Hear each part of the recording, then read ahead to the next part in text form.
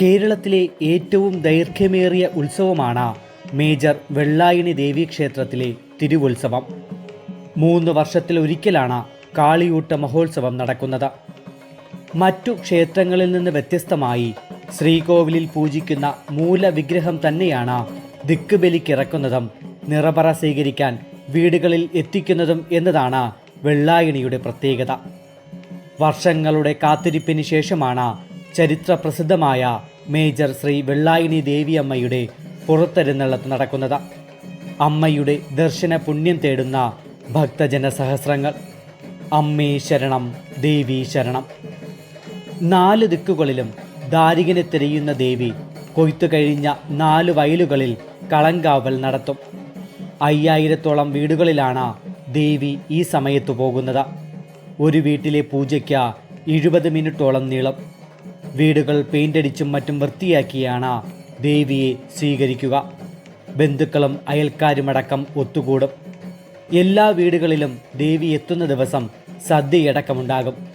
കല്യാണത്തിന് വീട് പെയിൻ്റടിച്ചില്ലെങ്കിലും കാളിയൂട്ടിന് വീട് പെയിൻ്റടിക്കുന്ന നിരവധി ആളുകൾ ഇവിടെയുണ്ട്.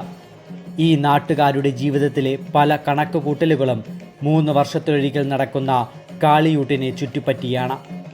രാവും പകലും ഒരുപോലെ നീളുന്നതാണ് നിറപറ എഴുന്നള്ളത്ത്.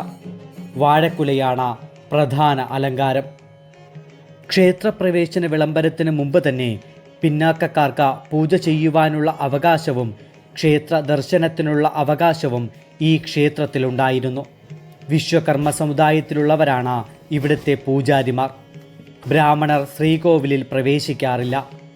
ദേവിയെ തലയിലെടുത്ത കളങ്കാവൽ നടത്തുന്നതും വീടുകളിൽ എഴുന്നള്ളിക്കുന്നതും വാത്തി എന്ന പേരിൽ അറിയപ്പെടുന്ന പുരോഹിതരാണ്.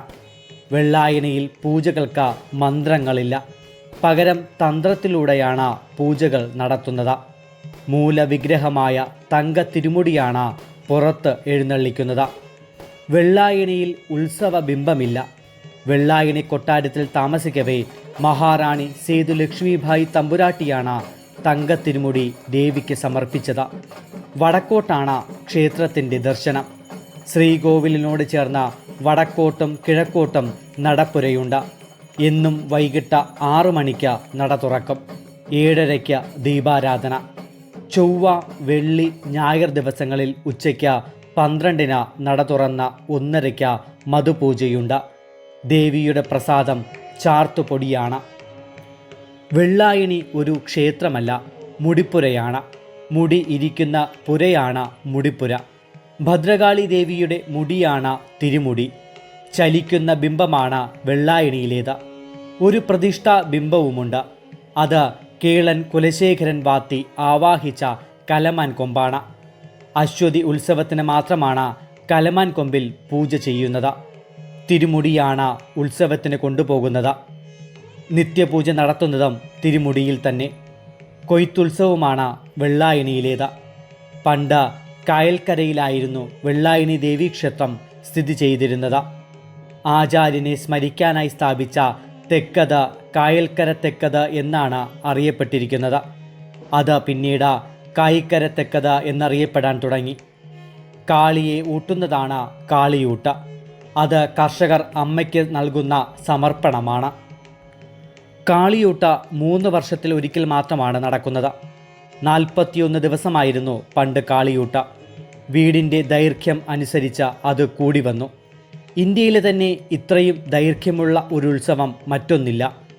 7 കിലോമീറ്റർ ഉത്സവ മേഖലയായി മാറും. പറയെടുപ്പിന് വേണ്ടി ദേവി യാത്രയായാൽ 5 ദിവസങ്ങൾക്ക് ശേഷമാകും മടങ്ങിയെത്തുക. പഴയ കാലം മുതൽ ദേവിയുടെ സഞ്ചാരത്തിന് അതിർത്തി നിശ്ചയിച്ചിട്ടുണ്ട്. ശബരിമല പോലും 41 ദിവസം കഴിഞ്ഞാൽ നടയടയ്ക്കും. എന്നാൽ വെള്ളായണിയിൽ ഉത്സവം തീരാൻ 69 ദിവസമെടുക്കും. ഉത്സവത്തിൻ്റെ ആദ്യ നാൾ പുറത്തിറങ്ങുന്ന ദേവി മേടം 10-ന് ദാരിക നിഗ്രഹത്തിന് ശേഷം ആറാട്ട് കഴിഞ്ഞ് ശ്രീകോവിലിൽ കയറും.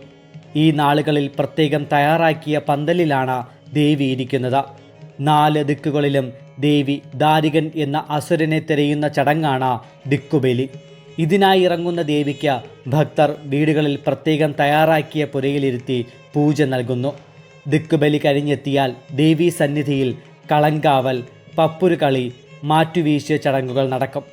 പിന്നീട് ക്ഷേത്രത്തിന് പുറത്ത് വയലിൽ തയ്യാറാക്കിയ അണിയറപ്പുരയിൽ ദേവി വിശ്രമിക്കും. ദാരികനെ കണ്ടെത്തുവാനുള്ള മാർഗം അവിടെ ഇരുന്നാണ് ആലോചിക്കുക. അശ്വതി പൊങ്കാലയോടനുബന്ധിച്ചുള്ള കളങ്കാവൽ ക്ഷേത്രത്തിന് ചുറ്റുമായി നടക്കും. കളങ്കാവൽ സമയത്ത് വാത്തി തിരുമുടി തലയിലേന്തി ദാരികനെ തിരയും. ചിരിച്ചും ആക്രോശിച്ചും ഭക്തർക്കിടയിലേക്ക് തങ്ക തിരുമുടിയുമായി എത്തുന്ന ദേവി അത്ഭുത കാഴ്ചയാണ്. ദേവിയുടെ മുടി എഴുന്നേൽക്കുമ്പോഴും ചായുമ്പോഴും കേരള പോലീസ് ആചാരപ്രകാരം ഗാർഡ് ഓഫ് ഓണർ നൽകാറുണ്ട്.